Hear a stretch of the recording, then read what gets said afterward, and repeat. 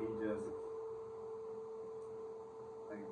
he just wherever my dad left off, he picked it up and ran. Just kept going with it, and just threw his whole life away because of drugs.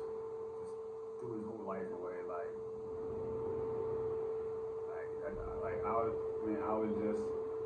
I was so embarrassed by him. Like, I wouldn't even claim him. Truth be told, I wouldn't even claim this dude. People would say his name, and I was just like, it was just so embarrassing. Having people come up to me, that know him and know it's my brother, and say, man, heard your brother smoke crack. And all I didn't do is just, co-sign what they said with a look of shame on my face, that's just something that's tied to me, that whole drug thing, part of my life. And truth be told, I hate it with a passion. Hate it. That's who that's a part of who I am. Just the whole drug addiction. Just like me, and many other people across this country, share the same fate with drugs. But you got somebody in your family, that's addicted to drugs. I remember at my old job, HR ladies, that kind of fly. So, she would tell me stuff, and like I said before, if somebody tells you something in privacy, I keep it there. I'm not saying her name or none of that. I'm just telling a story that was told to me. And she was telling me about her sister, and she kept her on the low too. She's like, no, you can't tell nobody this. I said, nah, I'm not gonna say nothing about it. Whatever we talk about between me and you, stay between you. I'm not gonna say nothing to nobody. I respect your privacy. I expect you to respect mine too. If I tell you something in private, I expect you to keep it between me and you. I don't, tell you something, you go, pillow talking to whoever, nah, if I tell you, I'm telling you because I feel like I can trust you. She's talking about her sister, her sister, was, dealing with her own issue with drugs and everything. And it seems like nowadays, especially in the past, 10 years, that Percocet, it started a tidal wave, a tidal wave. Heroin was real big. I wasn't born. That was just the new Percocet. That was just the new heroin. That's all it was. The new version of heroin. And right now, especially with all this fentanyl, they put fentanyl in everything, weed, coke. It's even people who were on pills at one point in time, where you probably could have saved them. But that fentanyl is you pretty much gone. It's not like crack. Cause I asked a dude one time about smoking crack, and he told me his exact words were, "You don't go through withdrawal. It's more of a mental thing that you want it." Versus where I know from my own experiences with pills. I don't know about heroin, but I know with pills, you'll get physically sick. You will get sick, sick. You'll be sweating, cold, nose running, you constantly going to the bathroom. And I don't know about everybody, I know for me, for my symptoms, I knew once I started sneezing, I probably had an hour, 2 tops, before the withdrawal was going to start setting in. And I was going to start feeling, sweating, I started sneezing first. It's constantly, I chew. I'm like, oh, it's ready to start. I chew. Then, sweating start. You sweat profusely. It's just non-stop sweating. Non-stop. You cold, when they say that dope sick, you really get sick, for real. I don't know, if you ever seen it, it's not a pretty sight at all. It's not. And just imagine how it feels to go through it. You feel like death. like it is the worst feeling ever. So you will do anything to stop that feeling. You know, even though your mind is telling you like, man, you need to let this go, but you want to get that sickness up off you, even though you're just restarting the whole process all over again. You want to get that off you, and also you want that good feeling, you know, like I met this dude one time. A man told me, he said he took he said no, not took. He said every day before he got out of bed, he would take 4 15s just to get out of bed, like just to as soon as he woke up in the morning before he brushed his teeth or anything, he would take 4 15s. I'm thinking to myself, I'm like, you gotta have it that bad, like.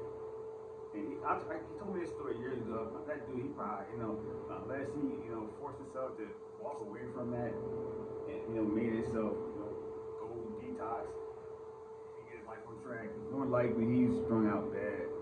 He's strung out bad. Like, when you gotta have it like that, it ain't just that easy. I mean, it was hard for me. I'm not gonna lie to you, it was hard. But I can only imagine how it is when you have a habit like that. And I be hearing stories, even celebrities, how they said, anybody knows, like if you've been taking them for a while, and you know, like my tolerance wasn't real high, cause what I did was because I knew, I guess I could like, number one, I would get sick, like if I took too many one day, I would get sick, like it was like, I guess I reached my, you know, my threshold, so I had to like wait like 4 or 5 hours for my system to reset itself. Then I can start taking them again. Like if I took too many, I'll get sick. So I guess that was like my safeguard for myself. You know, it was some little time like I had to do a safeguard. Like I could never take them 4 in the morning, like 4 just to get out of bed. But you know, like I was saying, like you know, people who like I've heard celebrities say, "Oh, I can have it in a week." I'm like, how? Like one singer, she said, you know, she got locked, you know, she was so bad off, she had a random locker in the basement, and she was taking a 30, a 15, I think she said 2 10s. And I just get out of bed in the morning. So I'm thinking to myself, like, okay, if that's just your morning routine, what does your day consist of? So you telling me somebody just locked you in the bed for a whole week, and you were back to normal? No, it don't work. It do not work like that. Like you will be so sick. Like you have to go to the hospital because your body will go almost in shutdown mode when your tolerance being so high. You have to go to the hospital and get professional help. You have to. Your body will go in shutdown mode. Like your body is not going to survive like that. It won't. Like that withdrawal will be so intense. So intense, it's like dumping, you know, a bucket of cold water on somebody. I mean, ice cold water. Like your body will go into shock. Like that does not work. You know, just that cold turkey stuff. No. You like, I know it didn't work for me. I mean, unless you some kind of like Buddhist monk, where you totally in tune with your body, you can just, you know, I guess kind of tune that out, like the symptoms and everything, and the sickness and all that. Nah, I just don't see it. I don't see how. I just think they're lying about that. I just think they're lying, especially if your tolerance was high. I said my tolerance was low. You know, how many I took a day? I probably took a total of 5 in a day. You know, I would break them in half and take them. Mine wasn't even that high, and I was like, I would get sick. So somebody taking just 4 in the morning, or a 30, and 2 15s, and 2 10s, just in the morning time, mind you. Not during the course of the day, whatever. Because like when you start taking them, you got to keep that up. You know, you got to take that in the morning. Then probably depending on who the person is, and you know how your body runs through them. You know, probably 2 hours later, you got to take some more. So 2 hours later, so say you get 8 o'clock, you know, Alright, by 10:30, 11 o'clock, you got power. By 1 o'clock, boom. By 3 o'clock, boom. By 5:30, boom. 8, 9, boom. So that's just on the course of the day. So you tell me you just quit cold turkey like that. Now, I've been around enough drug addicts, and I've seen enough people, doing drugs. That cold turkey, especially with that kind of narcotic, is next to impossible. Why there are people on fentanyl, why they can't quit? Like you would get them people like sitting around with all them sores on their body. Like they are so deep in their addiction that they don't even care what drugs do to their body. They just don't care. They just don't want that sickness, and they want that high. People just do not, like, you go all caught to the wind in that mind frame. You don't care about nothing at all. You don't care where you sleep. You don't care where you eat.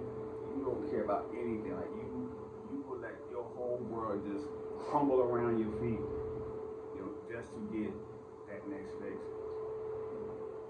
And I see, like my dad, like, with his crack addiction, like, that man didn't care about anything. Like before he went, the year before he died, I don't know how his mindset I didn't say him.